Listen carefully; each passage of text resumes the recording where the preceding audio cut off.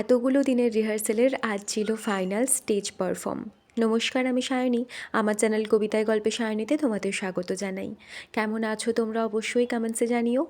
সকালে পড়ানো ছিল, পড়িয়ে ফিরেছি 8টা নাগাদ। আজকে বাচ্চাগুলোর এক্সাম ছিল, তাই ওই হাতে কাগজগুলো দেখলে।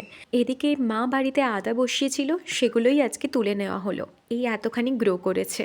আজ ছিল আমাদের গ্রাম পুজো, মানে শীতলা মায়ের ভোগ প্রসাদ বিতরণ। তো সেখান থেকেই প্রসাদ আনা হয়েছে, তাই এটাই ছিল আমাদের দুপুরের খাওয়া দাওয়া। তারপর আজ কাকু বাড়িতে বসাচ্ছে মাশরুম গাছ। এটা আমাদের কাছে একদমই নতুনত্ব, তাই ভীষণভাবে ইচ্ছে করলো ক্যাপচার করতে। আমি কখনো মাশরুমের বীজ দেখিনি, এটা দেখে আমি তো ভীষণ এক্সাইটেড ছিলাম। এই যে এইভাবে লেয়ারিং করে গাছগুলো বসানো হচ্ছে। তারপর খুব তাড়াতাড়ি রেডি হতে হবে, কারণ আমার আজ 3টে থেকে রয়েছে একটা জায়গাতে জাজমেন্ট।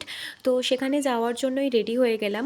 ভাই নিয়ে যাবে, তো অসুবিধা হবে না। যদিও আমি ওখানে আগে গেছি, তবে রাস্তাটা আমার মনে নেই। ভাই আর আমি দুজনে প্রায় খুঁজে খুঁজে ওই জায়গাটাতে পৌঁছলাম। নির্ধারিত সময়ে অনুষ্ঠান তো শুরু করা যায়নি ক্যান্ডিডেট না থাকায়।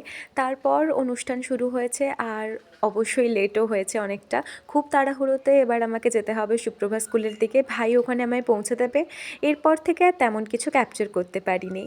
তো আমাদের নাটকটা তোমরা একটু মঞ্চস্থ হতে দেখে নাও। না না, আমার মাথায় মানায় না। এটা বলো, তুমিই বলো। কি হয়েছে, কি হয়েছে? আচ্ছা, তুইও তো আমার আরেক ছেলে।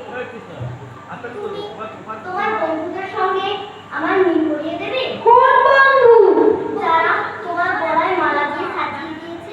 রাত আসুক, রাত এলে প্রদীপ জ্বাললেই বন্ধুরা চলে আসবে। রাত কখন আসবে? রাত রাত আয় আয়, দিন যায় যায়। রাত আয় আয়, দিন যায় যায়। রাত আয় আয়, দিন। অনুষ্ঠান নিঃসন্দেহে ভালো হয়েছে। এমনিতেই তো ভুল ত্রুটি মার্জনীয়, তারপর ওরা আবার এতটাই ক্ষুদে শিল্পী। ফেরার পথে দেখা হয়ে গেল রাধা গোবিন্দজিউর সাথে। দোল অনুষ্ঠান উপলক্ষে এখানে পরিক্রমা চলছে। তো এই ছিল আজকের দিনটা। দেখা হবে পরের ভিডিওতে। আজকের মতো এলাম।